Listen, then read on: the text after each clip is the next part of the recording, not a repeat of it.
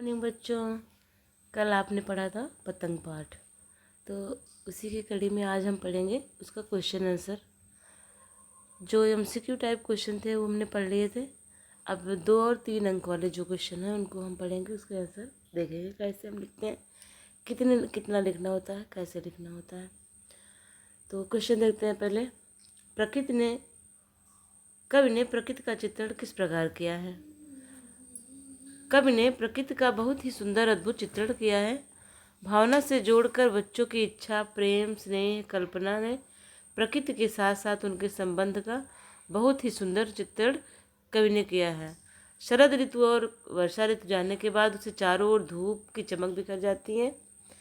शरद के आने पर वातावरण में उत्साह और उमंग के वातावरण बनते हैं और हर तरफ मौसम इतने सुंदर बदलाव, मनमोहक सुंदर सुगंध फैल जाती है।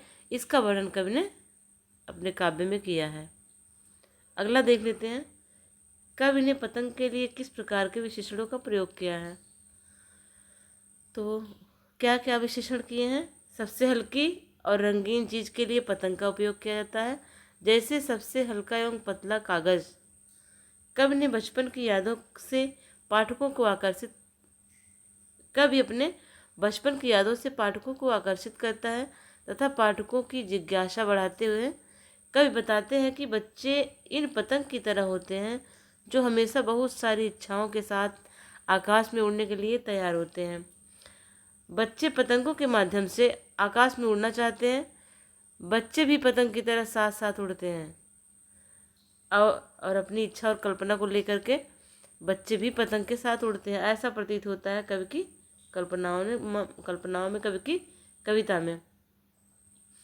अगला क्वेश्चन है, कवि के अनुसार बच्चे किसकी तरह हल्के और मुलायम होते हैं? कवि के अनुसार बच्चे कपास यानी रुई की तरह मुलायम, नरम और कोमल होते हैं। बच्चों का मन बहुत ही कोमल और सदैव होता है।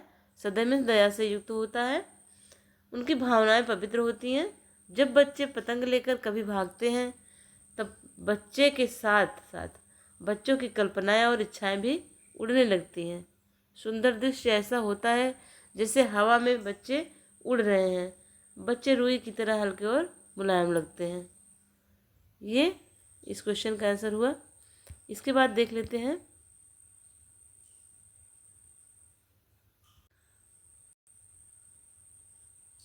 ये रहा आपका तीसरा क्वेश्चन। कवि के अनुसार बच्चे किसकी तरह हल्के और मुलायम हैं?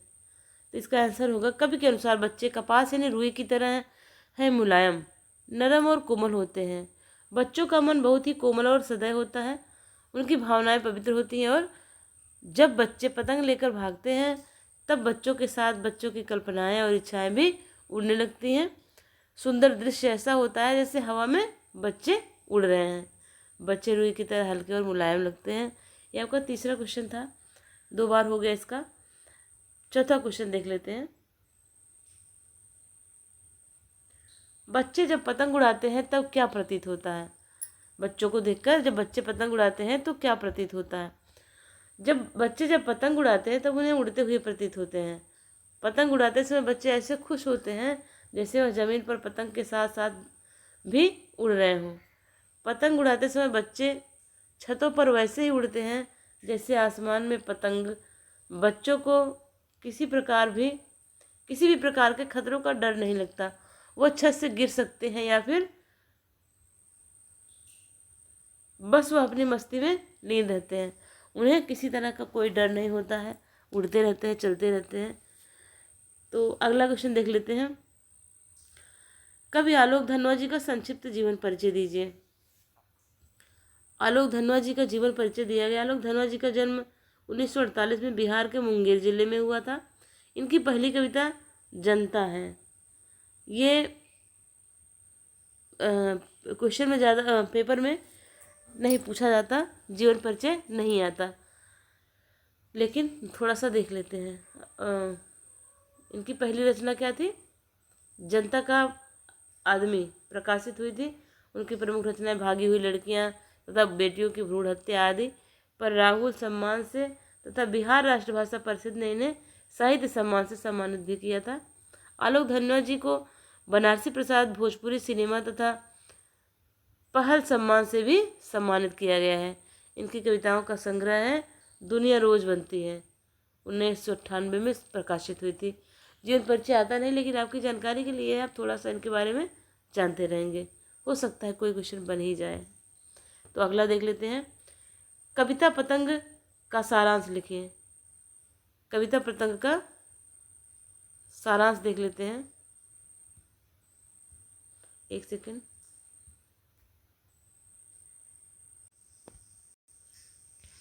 ये आपका पतंग कविता का सारांश है। कविता पतंग में कवि ने बच्चों की भावना और इच्छाओं तथा कल्पनाओं का बहुत ही सुंदर और आकर्षक वर्णन किया है। यह कविता पढ़ते समय पाठक की बचपन की याद ताज़ा हो जाती है। कवि कहते हैं कि पतंग बच्चों के रंगीन सपने का परिचायक है। कवि कहते हैं कि बच्चे पतंग के सहारे अपनी सपनों की उड़ान भरते हैं। कवि इस कविता में वर्षा ऋतु के बाद आने वाली शरद ऋतु के उमंग और वातावरण का सुंदर वर्णन करते हैं। कवि पतंग उड़ाने के लिए गलियों और छतों पर ऐसे दौड़ते हैं जैसे उन्हें गिरने का डर ही ना हो, और जब कभी वे गिरने से बच जाते हैं तो उनके मन में विश्वास और बढ़ जाता है, और तेज गति से दौड़ना आरंभ कर देते हैं।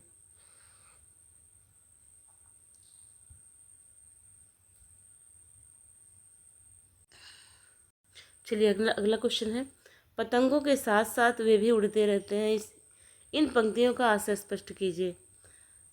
देखिए, इन पंक्तियों से तात्पर्य है कि बच्चों के मन की कल्पनाओं, इच्छाओं की उड़ान की कोई सीमा नहीं है। बच्चे के मन में भांति भांति की भावनाएं, कल्पनाएं, सपने उत्पन्न होते रहते हैं। जब पतंग उड़ाते हैं बच्चे, तब वे भी पतंग के साथ साथ उड़ने लगते हैं, ऐसा प्रतीत होता है। बच्चे की कल्पना तथा भावनाएं पतंग के साथ उड़ान भरते नजर आती हैं। उनके शरीर में उमंग तथा उत्साह की भावना है। उनके शरीर में लचीलापन है, जिसके कारण छत से गिरने से भी बच जाते हैं, और गिरने से बचने से उनके मन में और अधिक विश्वास हो जाता है और अधिक उत्साह हो जाता है कि वह नहीं गिरेंगे, क्योंकि जिस तरफ पतंग का रुख होता है उसी तरफ बच्चा भी अपने आप को मोड़ लेता है। इसलिए यही विश्वास बच्चे में और उत्साह भर देता है। तो अगला क्वेश्चन देखते हैं, एक सेकंड, ये रहा। सोच कर बताएं कि पतंग के लिए सबसे हल्की और रंगीन चीज, सबसे पतला कागज, पतली कमानी जैसे विशेषणों का प्रयोग क्यों किया गया है। इसका आंसर देखते हैं। कविता में कवि ने पतंग की विशेषता को और अच्छे तरीके से बताने के लिए इन विशेषणों का प्रयोग किया है। जिस चीज़ का भार जितना कम होगा वह आकाश में उतनी ही अधिक ऊंचाई पर जा सकेगी। पतंग का कागज जितना पतला और हल्का होगा वह उतनी ही आकाश में ऊंचाई पर जाएगी। इसके अतिरिक्त उसके भार को कम बताने के लिए कवि ने इन विशेषणों का प्रयोग किया है। इस प्रकार के विशेषण का प्रयोग करके कवि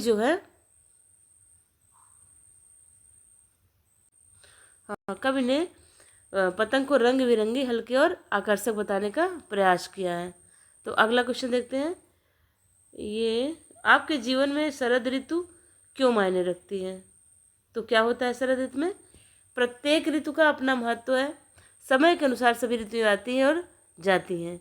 इसमें से शरद ऋतु का अपना अलग ही महत्व है। क्योंकि बारिश थम सी जाती है, आकाश साफ दिखाई देने लगता है। इस ऋतु में प्रकृति नई नई लगने लगती है, हर तरफ हरियाली ही दिखाई देती है। हर कोई इस प्राकृतिक खूबसूरती का आनंद लेना चाहता है। मुझे भी शरद ऋतु इसलिए बहुत अच्छी लगती है, ऐसा आप लिखेंगे। इसके बाद एक और देख लेते हैं, यही लास्ट आंसर। कवि ने बच्चों के लिए कपास शब्द का प्रयोग किया है, क्यों किया है? क्योंकि कपास बहुत मुलायम और सफ़ेद होती है। बच्चे भी कपास की तरह कोमल होते हैं।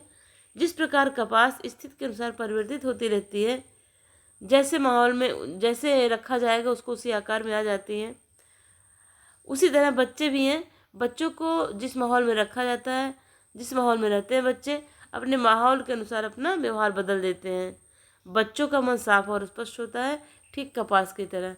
इसीलिए क्या है, कवि ने कपास शब्द का प्रयोग किया है। तो आज यहाँ तक ही, अगले वीडियो में अगला पार्ट। Thank you.